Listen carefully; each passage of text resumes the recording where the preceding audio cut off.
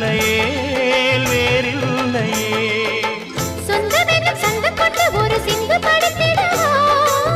சிந்துகளை சொல்லி சொல்லி உனை அள்ளி எடுத்திடவா